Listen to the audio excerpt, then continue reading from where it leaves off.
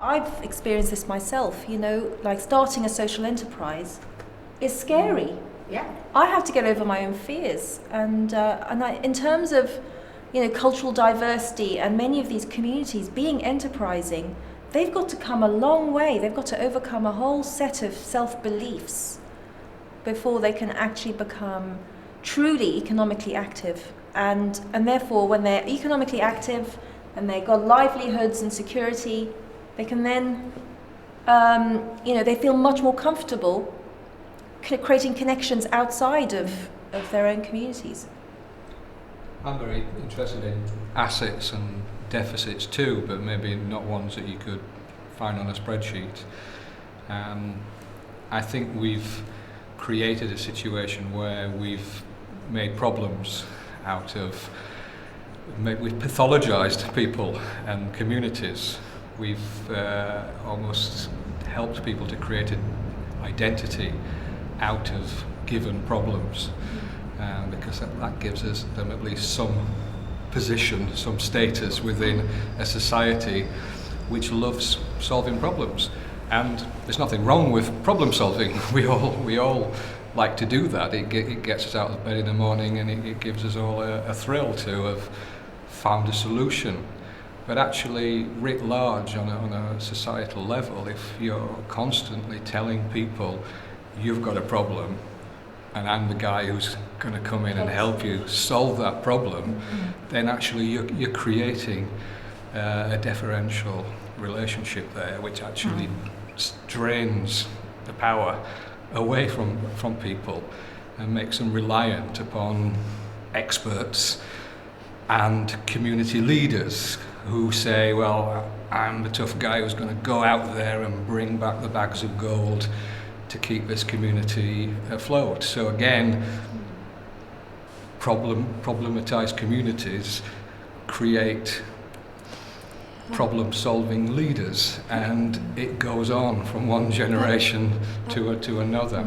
That's why if you want to empower communities, you have to genuinely offer them some options to take up power, which is what you're talking about becoming enterprising or having different forms of governance so that they can actually kind of take control of land assets or other useful assets to them. I worked at the housing association who just hived up a piece of land and gave it as a community garden and then did horticultural training. But out of that, an individual who participated in that became a horticulturalist and, became knowledgeable herself. And that was sort of by giving control of a real asset rather than just asking people what they want and then perhaps giving them 1/10 of it. Yeah.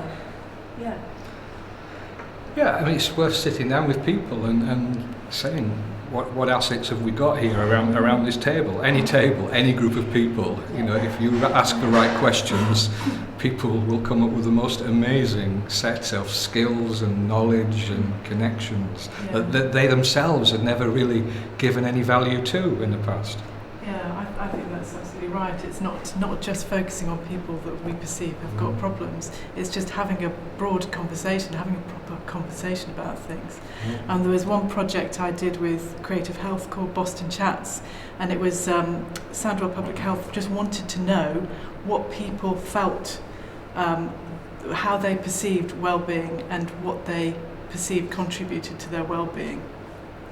And it was, the project really enabled people just to have space to think, and out of those conversations, again, we got so many skills, so many assets that is just very beneficial for the council to know about. It's not pinpointing anybody. It's just having a much greater, broader, deeper understanding, which I think is very beneficial. That was a really good project, yeah, absolutely. And that's why I feel like MELA is supporting people's own ideas. It's actually building on what's already existing and taking away all the barriers for success and for prosperity and for good health and for good relations and for neighbourliness. And so really working with individuals, I see us working with individuals, turning the way in which, helping them transform the way they think about themselves and other people.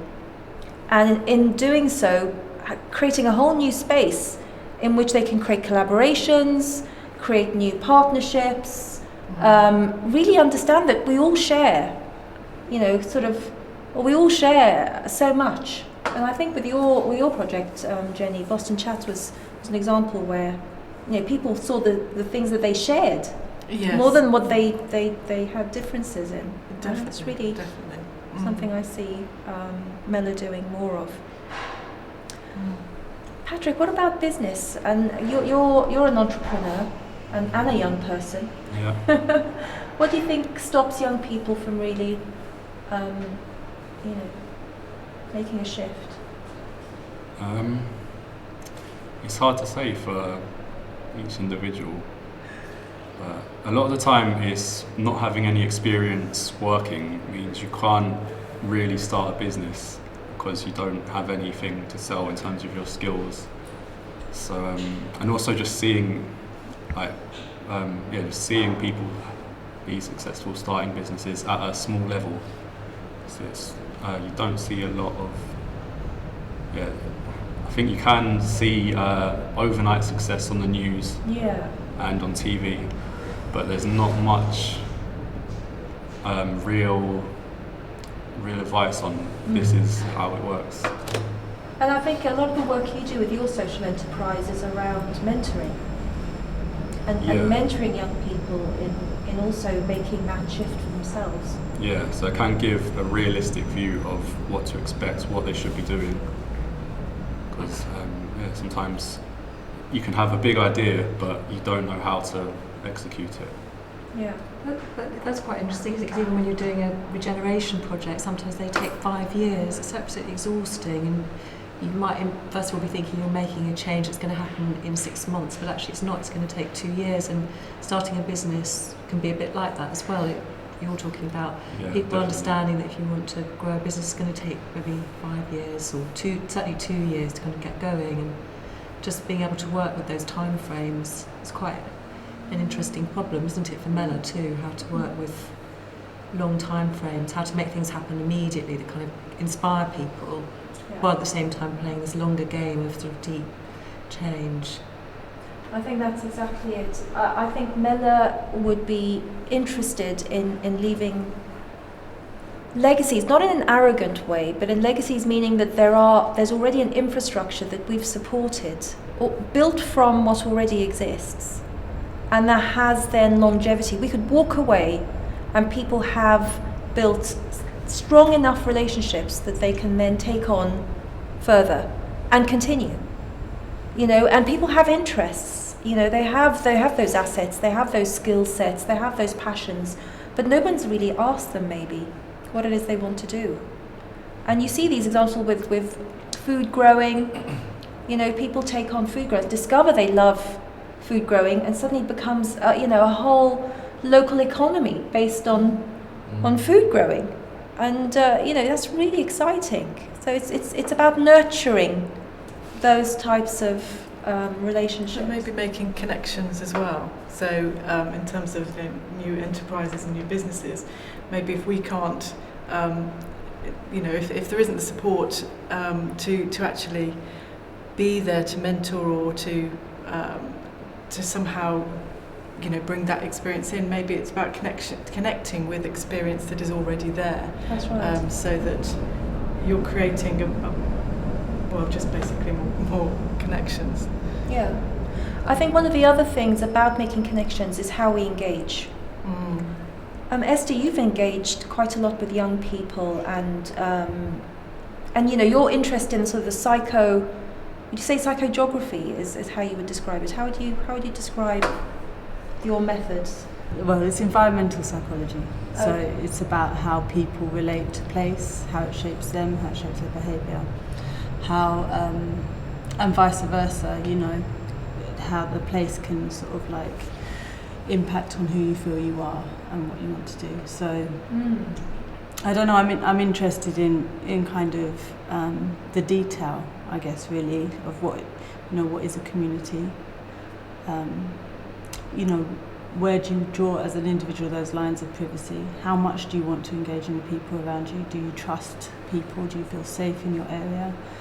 So, you know, even when we were talking earlier on about gangs and sort of bringing people together and making those links and making them realise that postcodes maybe aren't important. Well, no, postcodes aren't important, but identity is important. And you're going to look for that sense of security from all sorts of places, and place where you live is one of those factors. So I think that, you know, people talk a lot about community, but I'm interested in actually what do you really mean, and how much do people really want to engage, and how much are we as professionals asking of people when we go in and say, right, let's, you know, look at this community, give the communities assets. Actually, sometimes you go to community meetings and they're god-awful things, and you just don't want to do it at the end of the day, after a long working day, or after you picked up your kids and you've got, you know, you're at school, or you're worried about this, that and the other. The last thing you want to do is sit down with some people who happen to live around you, but at that point you don't feel a connection with. So in reality, there isn't really ever a single community when you go to a place, is there? There's often a series of overlapping communities with different geographies, some operating on a big scale and some operating on a small scale, and people participating in different ways according to what their interests are. I think we need to understand that people want to communicate, but they have many different ways of doing it. And yet often the outsider, the expert, the professional comes in and they've got a set repertoire, you know, to communicate with words or plans or diagrams or spreadsheets. And if you're not able to communicate in those, then you're effectively blanked out. And I think the challenge is now to the professionals to learn new languages. That doesn't mean that you need to literally learn 10 or 20 different world languages. I don't mean that. I mean that we all need to be sensitive to the fact that most people may not feel able to communicate their feelings about their place in the way that most experts feel comfortable with. And it's beholden on the professional then to help try and find a mode of communication that is actually going to bring out the true feelings. Yeah, I personally think that's where artists are incredibly valuable, because they don't ever ask questions that give the expected answers. It's about creating that space for people to really think and to really be who they are. It's a space that we don't often get. And I think it is that, you know, whether that's through sound, whether that's through making something, it's almost a stillness that is brought about, which it sort of creates an energy, and I think that's what's really valuable. Talking about space, because that's something else I think MELA's really keen to explore, as you know, as all of these relationships people have publicly take place in public places, or in places that are accessible to the public. And there's been quite a lot of research around, you know, third places. You know, these are places of interest that people may have, maybe around a coffee table, or, you know, in a car boot sale, or the library, around education. So there might be other spaces that people, you know, can meet and have social encounters that are meaningful. So with MELA, I think it's really something I'm very interested in exploring further. How do we create those spaces with the communities so that they provide for their needs, and they can resolve what could be potential functional or, you know, or use, shall we say, tensions or challenges, in ways that, you know, we can provide, if you like, a theatre for these interactions to take place. So I'm really seeing it sort of co-design, sharing space, maybe finding ways of sharing space, finding types of activities that can be again nurtured if there's already something that brings people together. How can that be scaled up maybe, or how can other people be involved in it. So I think public space for me has, there's a lot of opportunity here to provide the backdrop for a lot of these, enterprises, meetings, people just having meaningful conversations.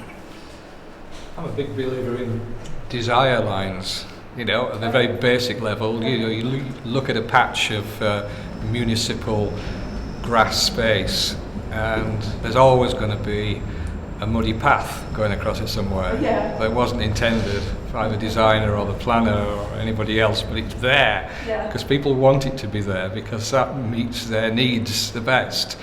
And if we can scale that up and think of where are those other more hidden desire lines in the way people want to actually bend the rules. They're not deliberately sticking two fingers up at authority and say, I'm going to walk across the grass when it says keep up the grass.